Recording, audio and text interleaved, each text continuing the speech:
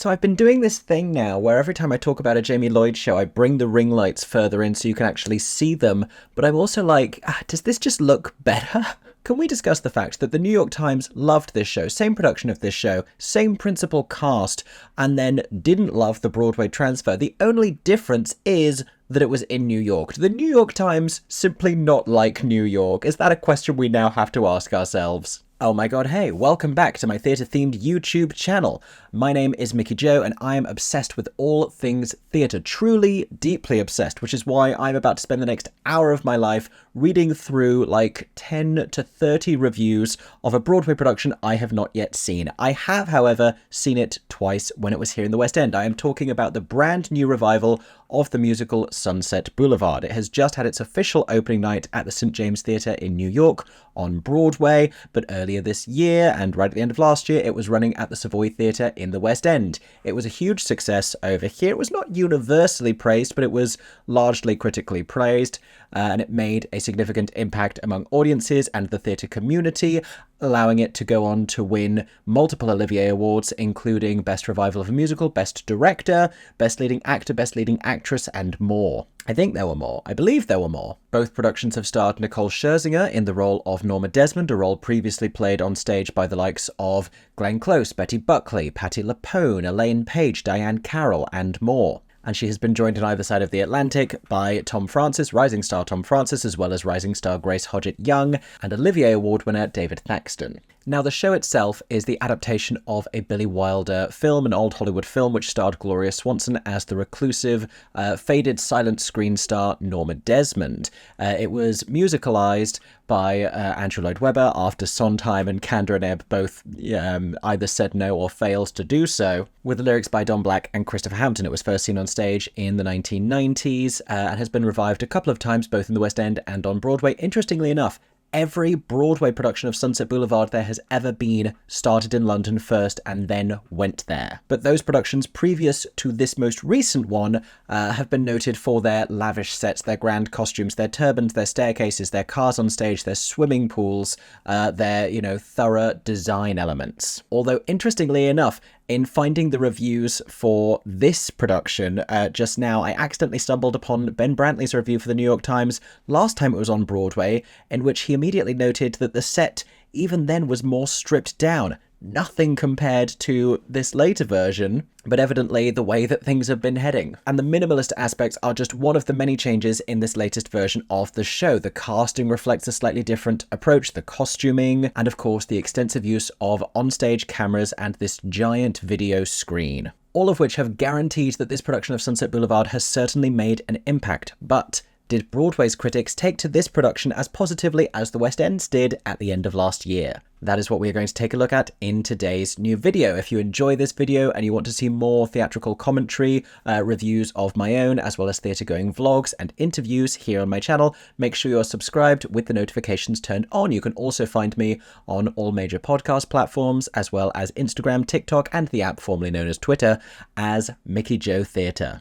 And because in this video we are talking about critical responses and the inherently subjective nature of theatrical productions, I desperately need to know what you think as well. Let us know what you think of this revival of Sunset Boulevard, but you have to have seen it at some point. I'm sorry, I don't make the rules. You cannot possibly hope to really appropriately appraise a piece of theatre unless you have experienced it in person. That's not 3 seconds of a bootleg or a trailer, or you've seen the production images, or you've watched him walk around outside the building while singing the title song. Yes, that is a thing that happens. If you have seen the show, this production, either in the West End or on Broadway, comment down below and let us know what you thought. It has not been universally beloved. It has still been a little bit divisive. Not everyone likes this new stylistic approach, but it's also been very popular with a lot of people who wouldn't necessarily call themselves fans of the original production or Andrew Lloyd Webber shows necessarily, which arguably is exactly what Jamie Lloyd wants to do, but we're going to get into all of that as we read through today's reviews. So let's take a look at what Broadway thought of Sunset Boulevard.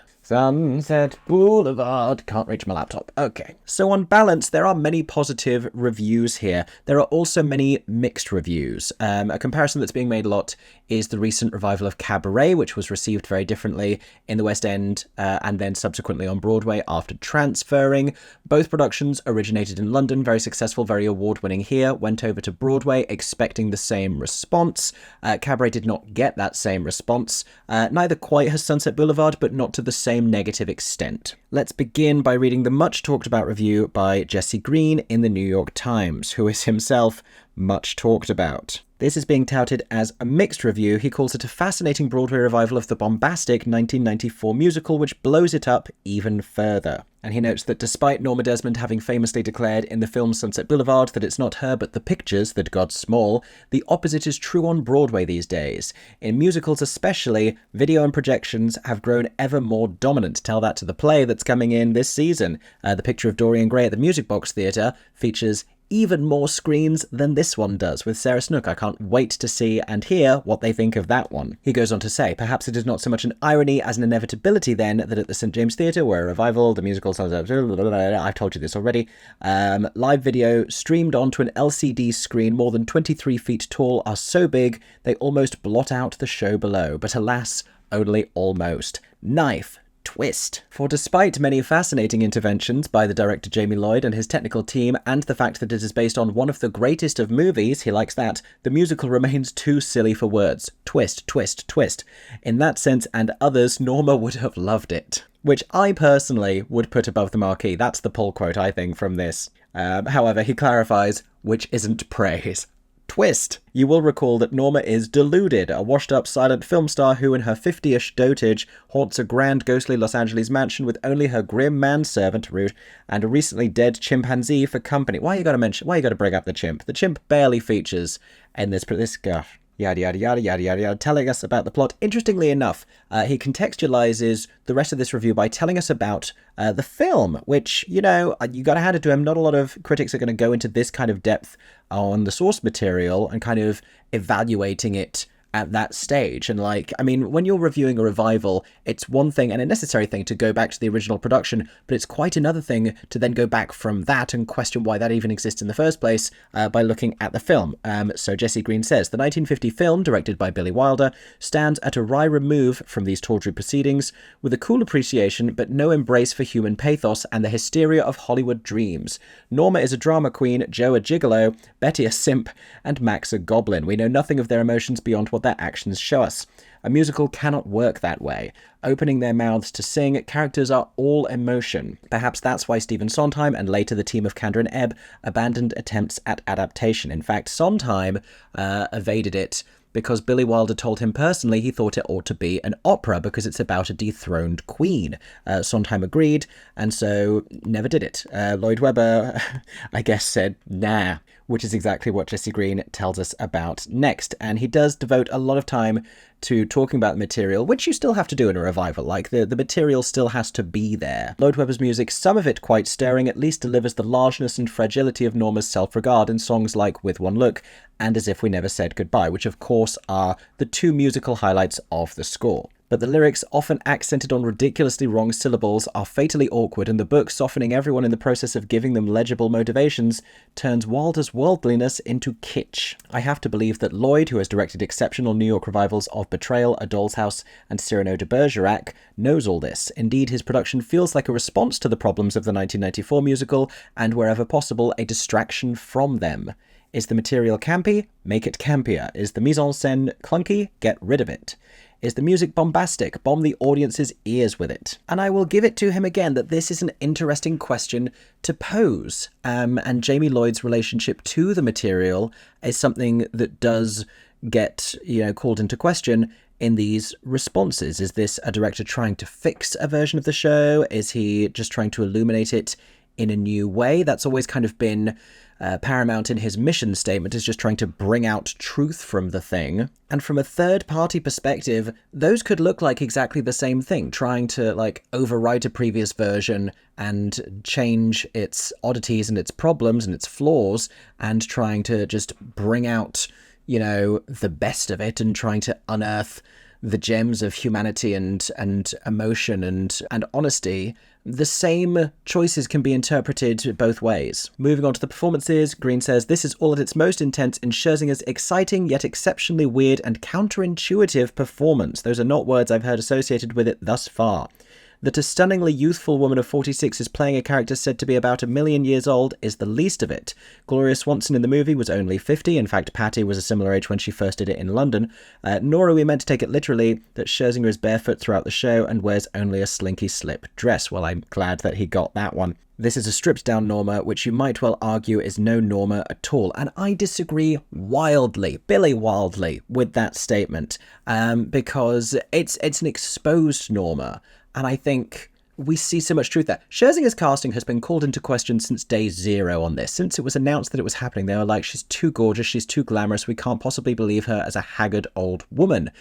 Which, you know, with Glenn Close playing the role decades apart, is kind of the direction that the perception of Norma Desmond had been moving in. As Jesse Green notes himself, that has not always been the interpretation of the character. She is in her 40s in this production rather than her 50s. There is a change in the script, but there's also a lot to be said about Hollywood then and Hollywood now, and how they treat women who dare to age above 40 and, you know, continue to work. Because the same misogynistic standards are still perpetuated. And if a woman isn't too old for a role, apparently she's too young, apparently she's too glamorous, apparently she's too stunningly youthful. You'll notice we haven't really talked about her acting performance or her extraordinary vocal performance before we've talked about how she looks as Norma Desmond. In fact, this entire paragraph, after calling her weird and counterintuitive, goes stunningly youthful, barefoot, costumed in a slinky slip dress, and re-examined in that context, a little bit weird. He goes on to say that her characterization is more demented even than Glenn Close's in the original production and the 2017 revival.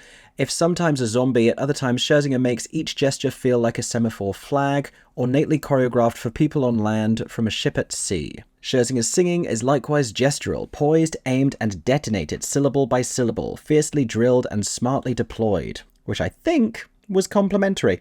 But the result is that you are aware at all times, as if this were Brecht, of the performance as a performance, not as a characterization. And I wonder if that's to the benefit of contemporary audiences who I find are increasingly bad at suspension of disbelief. There is so much commentary on authenticity in casting and all sorts of other things, and I think when it's with celebrity as well, we never truly leave behind our perceptions of them. With Lea Michele in Funny Girl, I think this came up as well. We don't really forget about the context of the performance that we entered the theatre with. The same with Eddie Redmayne in Cabaret. Certainly when stars take to the stage, they bring that baggage with them, and so better to play into it, as Scherzinger does under Jamie Lloyd in this production, which is what we go on to talk about next. The production's many meta Easter eggs, the Pussycat Dolls and Lloyd Webber himself are referenced, do the same thing, taking some of the gas out of a gassy show, but in the process pandering to the audience. And this show shows you a live camera feed outside of the theatre, which hasn't been mentioned yet in this review, shockingly. So it's, you know, it's pretty clear that they're not trying to maintain any kind of an illusion of narrative. This is exposing the fact, I mean, you can see the cameras on stage, you can see people holding the cameras. We know that we're looking at something different here. We are not immersed in storytelling in the same way. And he doesn't actually spoil the surprise of that Act 2 moment necessarily, as much as allude to it. He says the opening of each act includes beautifully executed surprises that set new standards, as perhaps Sunset Boulevard is best suited to do for filmic theatricality. The lighting by Jack Knowles is startling throughout. The singing too is excellent, and even better, two of the tackiest songs, The Lady's Paying and Eternal Youth, have been cut. I wish more were. Twist, twist, twist. But here is the wounding line. I can't help feeling that Lloyd's talent and that of his designers, let alone Scherzinger's, would be better lavished on better material. And this I find so interesting. The revival is not, like Cats the Jellicle Ball this summer, a completely new way of looking at a Lloyd Webber musical. It's a completely new way of not looking at one. And I have a bunch of thoughts about that commentary, because I think as joyous and brilliant and inspired as Cats was, and as wonderfully as it paid attention to its material, in the same way I think Jamie Lloyd did with this production of Sunset Boulevard, they both have extraordinary attention to detail. Cats did not fit its new mould fully. There were still moments throughout, like I said in my review, despite loving it, where you had to divorce yourself from really listening to the lyrics, because otherwise it would make clear to you that what you were seeing did not quite make sense, because they still talk about feline behavior, even though what we are seeing is queer Manhattan ballroom culture. And Sunset Boulevard has moments of that as well in terms of the time where it's set, and we see anachronistic things, but I think it brings so much out of the text. I don't agree that we are not looking at the show. I have seen Sunset Boulevard previously, and I felt connected to moments of it far more in this production, because you know, there's a lot of features of the original material that divorce me from it emotionally. Those long Hollywood scenes with all of these other characters who do not matter substantially to the plot were suddenly riveting in this version. There are duets with Joe and Betty, bored me to tears before, that became my favourite parts of the show here. Now, we are going to move on and read some different reviews other than this one New York Times one, but what I want to take a look at first is the New York Times review that was written when the show was playing at the Savoy Theatre in London. Because while we understand that, you know, newspapers employ different critics and everyone responds to things personally, it does feel like a bit of a discrepancy for the same outlet to share such different perspectives on something. And in 2023, the New York Times made this a critic's pick with Matt Wolfe saying, "A stripped-back revival in London brings the classic musical into the present day and gives Scherzinger a career-defining performance." He called it daring, and where Jesse Green spent about half of his review talking about the context of the production, he does this simply in an opening sentence by saying, "The 1993 Andrew Lloyd Webber musical Sunset Boulevard is about a former screen star's descent into madness." We're done. That's all the explanation that Matt Wolfe gave. He later said, "I can't imagine another London show generating comparable buzz this season, and truthfully, nothing else did." I mean, there wasn't that much of the season left, but nothing else did. He credited Maverick director Jamie Lloyd's tightly focused, stripped-back aesthetic. He said, "Purists may balk at a Sunset Boulevard without the visual splendor of Norma Desmond's Baroque Hollywood palazzo, as we have previously seen on stage and in the original 1950 feature film, but Lloyd's streamlined approach has a power of its own." Scherzinger finds a predatory allure in the character that is both captivating and chilling. Now, interestingly enough, this one also talks about Scherzinger's age. Norma, who was 50 in Billy Wilder's classic film, is now said to be 40 and was in her prime at 17. Showbiz discards personalities even earlier now, and Scherzinger, 45, who first came to prominence in the 2000s girl group The Pussycat Dolls, has a shivery command over a part that requires her to plunge headfirst into a psychic abyss. But for all its nods to the past, this Sunset Boulevard belongs to the here and now. There's not a whiff of nostalgia to the production, which takes an established musical by the scruff of the neck and sends it careering into the modern day. The other thing about this review is it does nod to many more of the cast and creatives than Jesse Green devoted time to in his other New York Times review that would come later. Nathan Amsey and Joe Ransom's video design pulls off a real coup with the Act 2 sequence that is detailed here, though followers of the Belgian director Eva van Hove will recognise the technique of folding celluloid into the theatre. That is correct. Jamie Lloyd did not invent taking cameras outside and streaming into the auditorium. The prevailing intensity extends to the choreographer Fabienne Aloise's tightly drilled ensemble, which suggests a writhing, restless mass of Hollywood wannabes, doesn't it just? In any case, I think we can agree that that prior New York Times review, just under a year previously, had a very different response to the same production. Now, the New York Times does not issue star ratings, so they don't have to embarrass themselves by showing a discrepancy there, but the London one feels like a 5, and the New York one feels like a 3. But like I said, we are going to move on. We're going to go from the New York Times to the New York Post, I think, with Johnny Oleksinski, and we're going to see what he thought. Now, he had already seen this production in the West End, which I dare say he may mention here. Now, the New York Post does do star ratings, but they rate out of 4, which drives me a little bit mad, because half of the time he uses half stars that would only correspond to a whole number out of 5 system.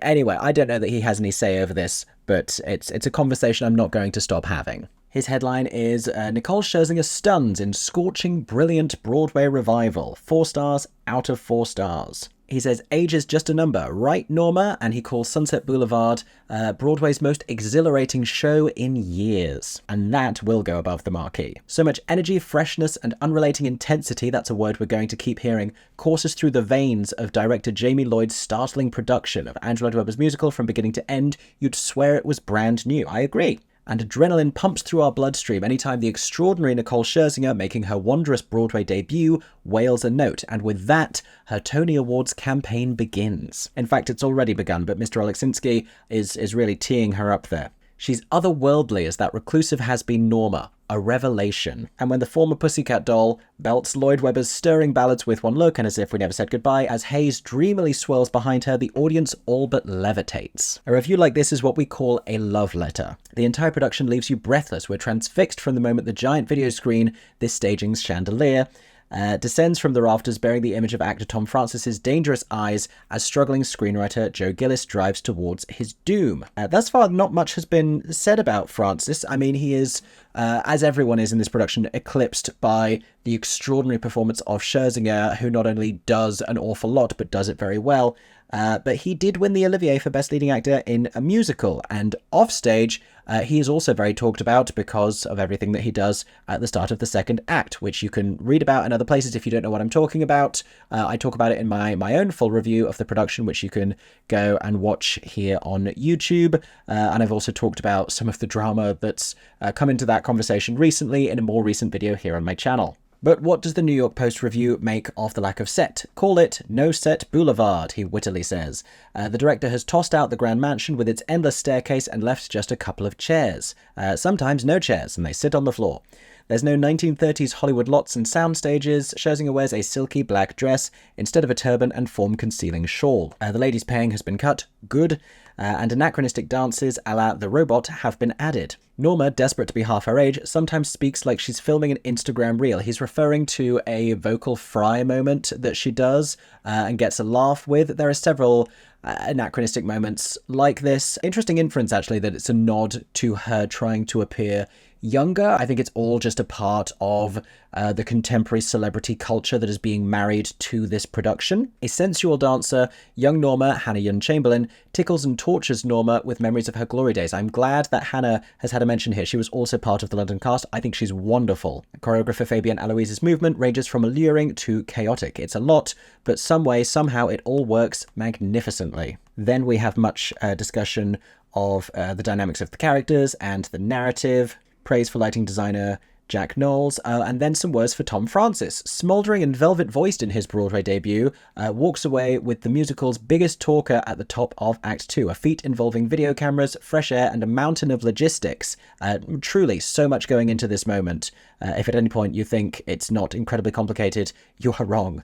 It's thrilling, tremendous fun, and will infuriate some people. It wouldn't be Broadway, after all, if somebody wasn't whining about videos. And I think we can all agree that when it comes to whining about videos, especially in the context of Andrew Lloyd Webber musicals, I also know a thing or two about that. But the show belongs to the Titanic Scherzinger, who makes an especially proud and feral Norma. I mean, I think Mr. Oleksinsky's love of her performance is the most evident thing. In here, he ends by saying, Lloyd Webber's back on 44th Street with a bona fide new stage star, and it seems fitting. But alongside that as well, an extraordinary amount of praise for this production, for its creative choices, for really everyone involved. So having read mixed and positive, let's take a look at a negative review. And I think The Wrap, yes, Robert Hoffler for The Wrap was not a fan. He called this revival both minimal and excessive. Again, no star rating, as is the Broadway style. Mr. Hoffler says, the director of the new revival of Andrew Lloyd Webber's Sunset Boulevard takes the final line from Billy Wilder's noir classic, I'm Ready for My Close-Up, and repeats it ad nauseum. The line is spoken only once on stage at the end, but from the opening of Jamie Lloyd's ridiculously foggy and overwrought production, this director gives us close-ups of not only of all the principal actors, but every chorister as well. What's wrong with the fog? What's his beef with fog? Did this man fall once? What's happened here? Putting a video camera, open parentheses, S, close parentheses, which pierces the grammar of the sentence, on stage and having live actors taped so that their faces can be magnified on big screens has become the most tiresome directorial crutch of this century. The musical Sunset Boulevard opened Sunday at the St. James Theatre after a run in London, and the camera work is so overused it can only be hoped that it inspires a moratorium on utilising such recording devices in the theatre. Why? Because everyone else enjoyed it. Why on earth would that do that? If anything, this is going to inspire more cameras on stage. I'm very sorry to tell you, Mr. Hoffler. All those close-ups take our attention away from what's happening elsewhere on stage. I think they focus the eye. I think, listen, I'm going to be so intrigued as to how the picture of Dorian Gray is received, because we had them very close together here in the West End as well. I also reviewed that here on my channel, and the use of cameras felt very different there because it didn't feel quite as precise and intentional, and even more so in opening night, even more so in that. Also in Evita, a revival of Evita, another Lloyd Webber musical at the Leicester Curve that also used cameras on stage. In none of those other three productions that all used cameras did I feel it was anywhere near as intentional, as focused and deliberate as the camera work that Jamie Lloyd has directed with Nathan Amsey, with Joe Ransom as video designers in Sunset Boulevard. It is so extraordinarily clear and precise, and it allows you to see the show the way the director sees it, and that is such a gift. I remember seeing Here Lies Love on Broadway and standing for it first, and then seeing it from the mezzanine and thinking to myself so clearly, oh, this is how the show has been created, and I now see it through the lens that I think it was envisioned with by the creative team. I think you had to sit in the mezzanine to really appreciate the whole thing and then have a different experience while standing. Jamie Lloyd offers everyone in the house the opportunity to see the show the way that he sees it and the way he wants it to be seen via this camera. It is not a distraction. You have to look at it. If you go in hating cameras on stage, you're going to hate this show, and I think that's what's happened here, I'm sorry to say. But it's the next sentence that irks me, because he says, the close-ups take our attention away from what's happening elsewhere on stage. They also expose a lot of things we should not be noticing. Those elements include the ugly around-the-jaw mics, the tape that secures those mics to an actor's neck, the actor's sweat, and also their acne. It is quite a youthful cast. And whatever fantasy world you want to live in, it's not reality. If your entire evening at the theatre is wounded and pierced and ruined because you can see someone sweating, then buy worse seats, sit further back, don't clean your glasses before you arrive, or stay at home and listen to the radio. If seeing imperfections on the face of a youthful cast is going to offend you that much, don't bother to leave your home, or I don't know, go to an opera and sit in the back row. In this revival, Norma is now 40, not 50. Her hair is straight and long. She wears a simple black dress. I would love for one of these reviews, and I'm certain we'll get to one eventually, that talks about her talent before it talks about her appearance, because for the love of goodness, and you can talk about both, but always contextualize first with this is how she looks on stage. For me, the big surprise of this Sunset Boulevard is Scherzinger's outrageously campy, over-the-top performance. Like so much of this revival, it is both minimal and excessive. When Scherzinger sings, she comes up with drag queen gestures that haven't been seen since Susan Hayward lip-synced I'll Plant My Own Tree in Valley of the Dolls. I feel I just got older reading that sentence. She's also horny when Gloria Swanson's Norma invites William Holden's Joe McGillis to spend the night in a bedroom above her garage. It is not obvious that she's on the make. Was he called Joe McGillis in the film, or is he just misquoting this character name? He's Joe Gillis now, in any case. Scherzinger, on the other hand, delivers the invitation with such Cruella de Vil lust that she gets a big laugh from the audience. What a shame. The audience laughed. Do the producers know? Should we write to someone? It's not just her exaggerated line readings, it's that she's being taped in close-ups, so we see her bulging eyes and lips, her flicking tongue. This Norma wants to be serviced by Joe so badly that when she sits down to spread her legs wide, Scherzinger forgets for a moment that this musical is Sunset Boulevard, not Cabaret. I hate when lines like that are written in reviews. I know I'm finding nothing to enjoy about this, and I'm really not on the side of this critic, but I hate when they say, oh, the actor forgets that they're supposed to be doing this. No, she's been directed, and she's following direction, and she won an Olivier Award for doing this. She won multiple awards, in fact, in the West End for this performance. She forgets that it's not Cabaret. Is there a certain level of leg spread that you're allowed to do in Sunset Boulevard, and that you're allowed to do in Cabaret? Is it like, oh, more than 45 degrees and suddenly it's Fosse? Like, what on earth? A former Pussycat doll, well, you're going to hear that constantly, I'm afraid. Scherzinger has the vocal chops to make showstoppers of With One Look and As If We Never Said Goodbye. The sound pouring out of Rock Stadium-size amps at the St. James is much like that of the Pussycats. Lush, loud, homogenized, and processed with excessive reverb. But that's not enough. When Scherzinger sings, she's suddenly enveloped in a billowing fog. It's a not-so-subtle reminder that this story is set in smoggy Los Angeles. This man does not like fog, nor the Pussycat Dolls, necessarily. And if he's finding any comparison between their music and the way she's singing in this show, I'm impressed, in fact. Lloyd Webber has had quite a year here in New York City. Critics went wild over a new production of his feline show, Cats, that set the musical at a drag contest. It's not a drag contest, it's ballroom culture. For goodness sake, I remained unimpressed because the songs in the book remained the same. Dreadful. This man is not fun, I think, is the problem that we're having here, and both Cats and this Sunset Boulevard, in my humble theatrical opinion, are fun, and this man is not fun. I realise we've got to this point in the commentary without me talking about my own feelings for Sunset Boulevard, though I think they have become clear through my analysis of these reviews. I gave it a 5-star review with a long video review here on my channel that you're welcome to go and watch afterwards, where I break down the production. If you haven't seen it and you're intrigued by all of this commentary and you want to know more about it, I'm quite descriptive in how I talk about the choices and the aesthetics and all of that stuff. And I've worn this little 5-star review hat to remind you of my feelings about it. That is MickeyJoTheatre merchandise that you can buy at my live shows. Now, as reluctant as I am to return to this review, I do want to pull your attention towards the final sentences. After Norma shoots Joe at the end, she's suddenly covered in blood. Spoiler alert. Did I miss something? Has she used a knife instead of a gun? Or did she sneak in a little quickie with Joe's corpse before it fell into the pool?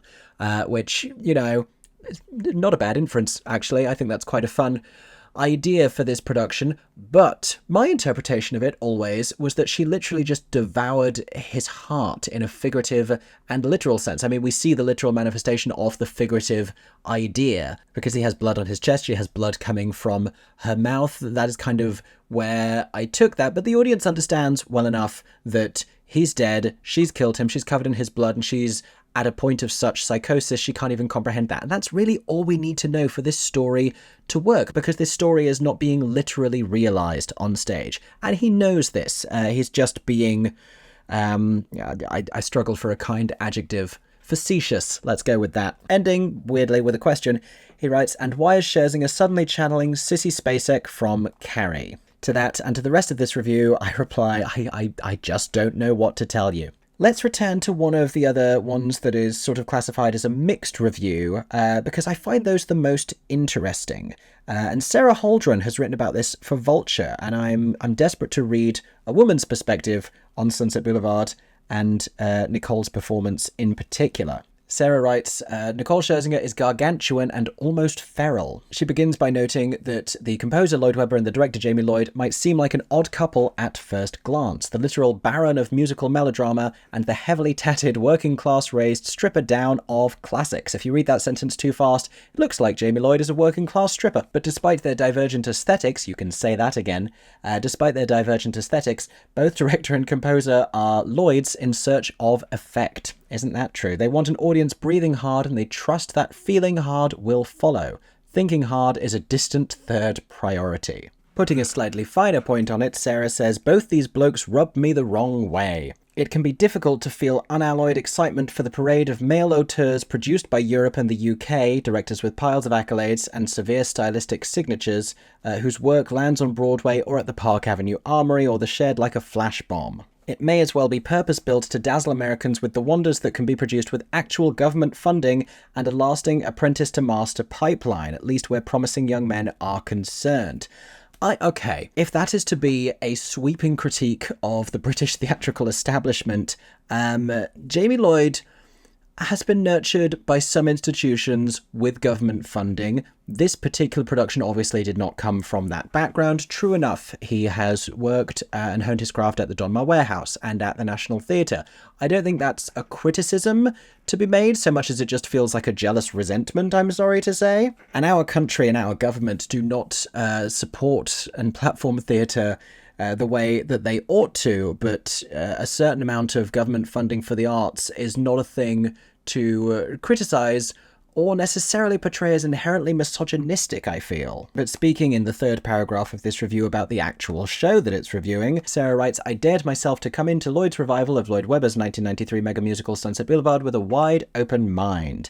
I can tell, and this production is indeed remarkable, at least on its charged-up, sweat-slicked surface. If you spend any time at all following the hypes and hysterias of theatre and its accompanying Twitterverse, which I guess is now called an Xverse, it will hardly surprise you to hear that this sunset is more of a solar flare. Ever since blurry phone videos of Scherzinger barefoot and wraith-like in a bias-cut black slip dress, and covered in blood, started flooding social media last fall, musical theatre kids of all ages on this side of the Atlantic have been panting for her gory close-up. When I saw the show, the house at the St. James was practically vibrating. Lloyd Webber, a Barnum at his core, would approve. So would Norma. I don't know why the enthusiasm of young people, finally, for a piece of contemporary theatre, for a musical revival of all things, and, you know, for the life that's found on social media, I don't know why any of that is being portrayed in a negative light. I truly don't. And I think for all the conversations we can have about critics feeling out of touch or disconnected from audiences, the telltale sign is when you start to read reviews that are clearly bothered by how enamored people in the theatre are. Like, I can't tell you how many times I've read a critic writing about not having laughed once but being surrounded by fits of hysteria and not taking that as the indication that they are not the target audience for this particular comedy, or something like this, honestly. That isn't to say that Holdren's review is entirely negative. She goes on to say, Scherzinger's ravenous performance provides a great part of the adrenaline, but the show's also jolted into new life by the collision of the Spartan Lloydiverse with all the plush and purple of Lloyd Webber's score. And then I'm having to skip so many sentences because we're just talking about the way Lloyd Webber writes generally and the way he's been written about previously in his aspirations to Puccini. The music throbs and flourishes, so does the stage, loaded up with gondolas and chandeliers. Not in this production. Lloyd, true to form, runs the other way. He and his collaborators, the set and costume designer Sutra Gilmore and the lighting designer Jack Knowles and video designers Nathan Amsey and Joe Ransom, craft a spare, echoing dungeon girded by towers of LEDs. This kind of seeming minimalism is its own circus trick, costing as it does millions of dollars, which I'm happy to have acknowledged because I've seen a lot of comments calling this cheap, calling this, money grabbing, and someone even laid the blame at the feet of Lloyd Webber, saying Lloyd Webber's just bringing Sunset back and doing it as cheaply as possible, and like bringing a bus and truck tour to Broadway. Nothing about this is a bus and truck tour.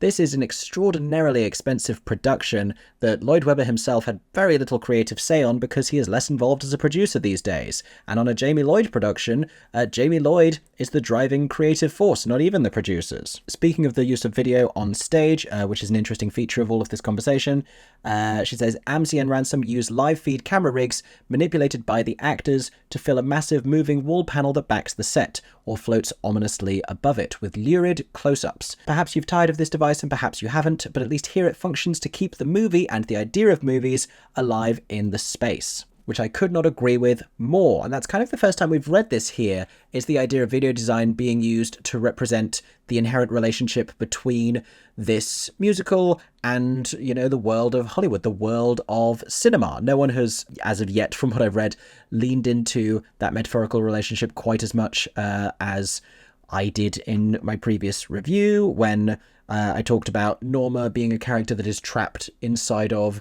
the screen in her mind. She can't escape from the silver screen where she was fully realized, and now without it isn't a real person. So that is the way that we meet her, and that is the way that the story is told by a screenwriter. But this, talks around the same idea. Sunset Boulevard is in essence a Greek tragedy that unfolds when ultimate cynicism meets uttermost fantasy. Lloyd begins by theatricalizing the immovable object of Joe's disillusionment before introducing it to Norma's unstoppable force. Oh, I like that. Okay. Joe, wonderfully sung and played with a compelling veneer of masculine numbness by Tom Francis. That's a great way of describing his performance as well. A compelling veneer of masculine numbness. Can no longer see any of Hollywood's colour or charm, so neither can we. Smart. The stage is as empty as both his spirit and his pockets, a nihilist vacuum ready for a dangerous flood. Hurricane Norma doesn't colorize Joe's world. After all, she'd have no desire to. The ambitions still consuming her years after the height of her stardom all lie in the Hollywood of silence and desaturation. Oh, when Sarah Holdren gets going and actually talks about the show that she's reviewing, it's great. It is poetry. She dreams in grayscale. Boy, does she dream and sing about it a lot. But she does bring light, shadow, and torrents of atmosphere along with her. The gambit of her casting works, the resonances are real and clearly not lost on her. When she lets rip, as in her ceiling shakers, with one look, and as if we never said goodbye, rolling clouds of haze pour across the stage, and Robert Hoffler has an aneurysm, obscuring everything but her. This is Norma's world, just as we've seen Joe's. She lives in a permanent spotlight, and in Lloyd's rendering on a literal cloud. Brilliantly put, brilliantly understood. Paragraphs here then dedicated to the nuance of her performance. She charges headfirst at the famous lines, delivering them with a cavernous boom. She's not dignified. She's so big that she seems to be ripping her own seams, but she's also got a wily little sense of humour, a giggly contemporary coded bounce and wiggle that comes out especially when the cameras are around. It's surprisingly funny and also tinged with sadness. Here's a woman who may have lost the better part of her mind, but not the part that's entirely aware of how the kids are telegraphing sexiness these days, even as those kids have no idea who she is. And the pop singer in Scherzinger can also do a thrilling range of things with her voice. There's nothing classical in the way she bites into the songs, she simply devours them, ricocheting between vulnerable tremblings and voracious howls.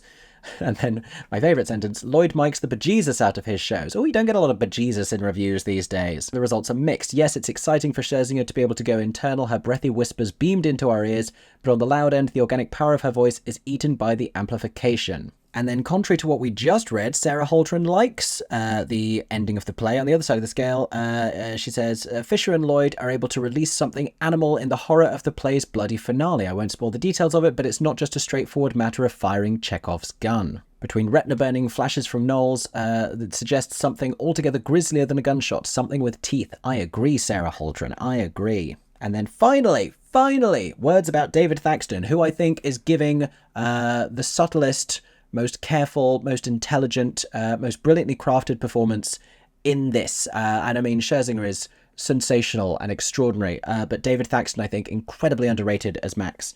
And Sarah Holdren seems to agree. She writes that he is fantastic in the part, building a sturdy arc all the way from comedy. He starts by channeling Lurch, and the massive underlit close-ups on his face wouldn't be out of place in Young Frankenstein, to fully felt melodramatic revelation. His role lies in gothic territory that could simply play as camp, but Thaxton gives it real ache and agony. She doesn't love Grace Hodgett Young as much. She writes, though Young has a clear, lovely voice and an appealing matter-of-factness about her, neither Lloyd nor the show seems very interested in Betty's B-plot, maybe because its girl-next-door sweetness and rationality feel one beside the play's central house of horrors. Finally, we talk about the production running on its ability to stun. Francis's much tick-tocked live recorded adventure through the bowels of the theatre and out onto 44th Street at the top of the second act during the title number is a legitimate rocket, spectacle as cocaine jolt. My takeaway from this is I never knew Sarah Holdren was this active on social media. My goodness. There's no doubt that Lloyd's sunset dazzles in the beholding, though the farther you walk away from it, the more you may find yourself feeling like poor Joe Gillis, remembering the thrill but no longer able to feel it, somehow both stirred and empty. Hooray for Hollywood. You know, there's something great about this review because you can't quite pinpoint where it stands. It's not telling you to go and buy tickets. It's not telling you it's great. It's not telling you it's terrible. It's really just an interpretation. It's an artistic response as much as anything else. I don't know if it's a review as we sort of understand them to be, but it's almost something even better than that. And I do feel that it's only this slightly jaded perspective on the theatre makers responsible that is keeping Sarah Holdren from really having enjoyed this show. But as usual, when we do these review roundups, we're beginning to get to the point that everything starts to sound slightly similar. Let's read through some highlights of a couple more positive reviews. Variety liked it. Scherzinger astonishes in Jamie Lloyd's remarkable Broadway staging. Her architectural cheekbones reflect the glare of the spotlight and her eyes disappear as she contorts her features into a mask of perverse pleasure. She seems, for a moment, to be inhaling not oxygen but motes of light. This is a critic and an audience member who has become so enraptured by a performance that they are noticing those kind of details and that they're having this spiritual response to it. That's something we like to hear. And that's the difference between someone watching something in a detached way and someone engaging with it faithfully, which I think it's the responsibility of the critic to do. Is that easy to do multiple times a week for years on end? No, it isn't. Variety calls this the latest in the British director's series of provocations. His 2023 A Doll's House revival placed Jessica Chastain at the centre of a minimalist stage and concluded with her opening the stage door to walk out onto the New York street. But where A Doll's House whispered, Sunset Boulevard howls. Group dance numbers choreographed by Fabian Aloise become a rollicking, violent spectacle. Lighting designer Jack Knowles manipulates our sense of reality by alternating between glaring, obliterating spotlights and inky darkness. Jack Knowles getting a lot of praise in these. I wonder if a Tony Award beckons. Later in the review, it says, Lloyd flips the weaknesses of the original production into strengths. The songs that previously seemed like filler material are bulked out with angular, crisp dancing and now register as Christopher about the cruel vicissitudes of Hollywood. And the small circle of characters feels more dimensional than ever, with strong supporting turns by David Thaxton as Norma's devoted, threatening butler and Grace Hodgett Young as the winsome, ambitious studio employee Betty Schaefer. Good for you, Grace Hodgett Young. It's among the most remarkable aspects of Scherzinger's performance that she creates space for Tom Francis, the appealing compelling and gifted actor playing doomed writer Joe Gillis. That, I think, is another shrewd observation, and I'm glad that we take the time to acknowledge the supporting cast in this. She is extraordinary, but she's not the only person on stage. I quite like the way that their relationship is written about here. Joe doesn't love Norma, but as elegantly carried across by Francis in what ought to be a breakout turn, he loves the role he can play for her. He may be writing one screenplay with Norma and another with Betty, but the poor dope's magnum opus is the story of his life, one in which he's the ultimate nice guy. Unfortunately, Norma has a few notes on Joe's ending. Oh, this is a fun review. See, we can write fun reviews without having to be mean. I know that's the easiest way to have fun in a piece of criticism, is to just be shockingly cruel. But it doesn't have to be. We finish by saying, in its diva-forward, astonishingly unabashed embrace of pure drama and elemental emotion, the framing looks like the way a Hollywood filmmaker would envision a career-making Broadway turn. It feels like the role Norma and Scherzinger both were born to play. That's high, high praise. And it transports us into Norma's mind as we finally see the way that Norma sees herself. I agree. This is what I have been saying. Who else do we have? TimeOut liked it. Adam Feldman liked it for TimeOut. They also do star ratings. They do it out of 5. He gave it 4. He says, Lloyd's approach may sound academic, but in practice it is often thrilling. The original production was famous for the lavish excess of its set and costumes, as I mentioned before. Here, by contrast, Sutra Gilmore's set is mostly blank space, and she costumes the cast in basic modern black and white streetwear, sometimes with athletic socks pulled high, which I did have a little bit of a problem with, truth be told. When the ensemble performs Fabian Aloise's sharp choreography, it looks a bit like an updated Gap ad. Not wrong, not wrong. Even Norma just wears a satiny black slip. You wouldn't notice because it's not like every single person. And listen, they're allowed to comment on it because it's the one costume she wears in the show. But it is entertaining to read all of these back to back, like the shocking black dress. Jack Knoll's excellent lighting and the video designed by Nathan Amsey and Joe Ransom fill out the scenes with ample film noir atmospherics and help Lloyd shape the staging for maximum narrative and emotional impact. Not for nothing has the title been shortened to Sunset Boulevard, which is a good point. A little bit of a criticism of the original material here. With the major exception of Norma's big moments, Lloyd Webber's score is heavy on filler. This comes after a sentence where they talk about the libretto having been judiciously pruned and polished, and the excision of 2 lesser songs, The Lady's Paying and Eternal Youth is Worth a Little Suffering. Repetitive jazz leitmotifs fill out the score like Hamburger Helper as we wait for Norma's 2 beefy Don't Cry For Me Argentina style solos. But she makes these moments worth the wait, and then some. Nothing's wrong with being 40 and less acting 20, says Joe, and Scherzinger spends some of the show riffing playfully on the notion of an aging pop star on social media. Exactly what is happening. After bragging that no one could play her like I can, the her in question being the teenage Salome, she turns to an onstage camera and silently mouths the word period, with a T on the end. Babbling about her astrologer, she slips into the California vocal fry of a Kardashian. Exactly what she's doing. Exactly. Adam Feldman and I have the same interpretation of these references. Then we have a little bit about how Scherzinger looks on stage, terrific looking, but then with a close-up showing the baggage she carries under her eyes, and then her being returned to full luster when she returns to Paramount Studios. Bathed in warm light for what seems like the first time in this chilly and shadowy show, she is radiant. And I am always surprised by how often this show can be interpreted as a woman who is alternately like not hot enough and then just hot enough and like used to be hot, and like how that's what this boils down to for some people. More praise for Nicole, more praise for Nicole. I haven't really yet heard the thing other than talk for the original material that takes this from a 5 to a 4. But then again, you know, that's still what you're hearing and seeing on stage is the material. So ultimately a great revival of a flawed musical. Can that ever be a 5-star, or is it always fated to be at most a 4? Sunset Boulevard is obsessed with reproductions. The bravura sequence that opens the second act, captured live in a single camera shot, finds Francis singing the heck out of the loungy title song both backstage at the St. James and outside on 44th Street. See, TimeOut was not afraid of spoilers. Part of what makes this revival so absorbing is that you don't always know where to look, at the actor on stage or the same actor live on screen. The giant images tug at your eye. You sometimes can't help choosing them over the small real person who is actually there. In this revival, itself a kind of reproduction that doesn't feel like a gimmick or a distraction. That's the perspective on it here. It's a new way to see an old dream. And I think that is what is happening with a lot of these reviews, is that just even putting a camera and a screen on stage is inherently divisive.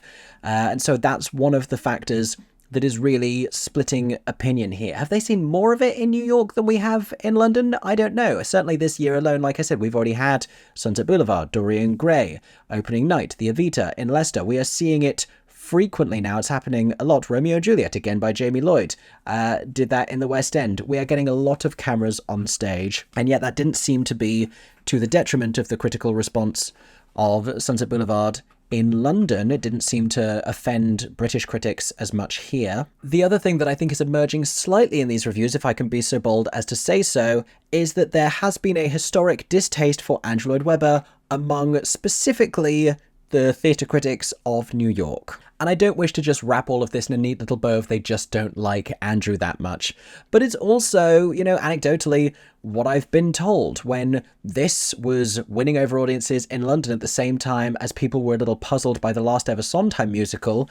It was mentioned to me that if I were to ask, I think it was Jesse Green of the New York Times, which one he thought was the better show, his head might combust. And you can go and watch my video talking through the reviews of Here We Are that I thought were overinflated based on the Sondheim of it all and it being the last ever Sondheim. And I think this has the opposite effect, where the Lloyd Webber of it all is still dragging it down a little bit. And that's not because there aren't legitimate criticisms to be made of the material, but I feel as though there are many critics still entering the St. James Theatre with preconceptions and with a grudge almost, to put it a little more bluntly, about, you know, the idea, the notion of a successful Andrew Lloyd Webber musical on Broadway. A lot of them were happy that Phantom finally closed. Now with Cats and this, you know, they don't know what to think. Now, I don't know how many more different things we are going to read. It's really many of the same inferences in a bunch of different places. Frank Scheck from New York Theatre Guide suggests that audiences should revise their expectations accordingly and they'll have a good time, as long as they don't expect to actually see, you know,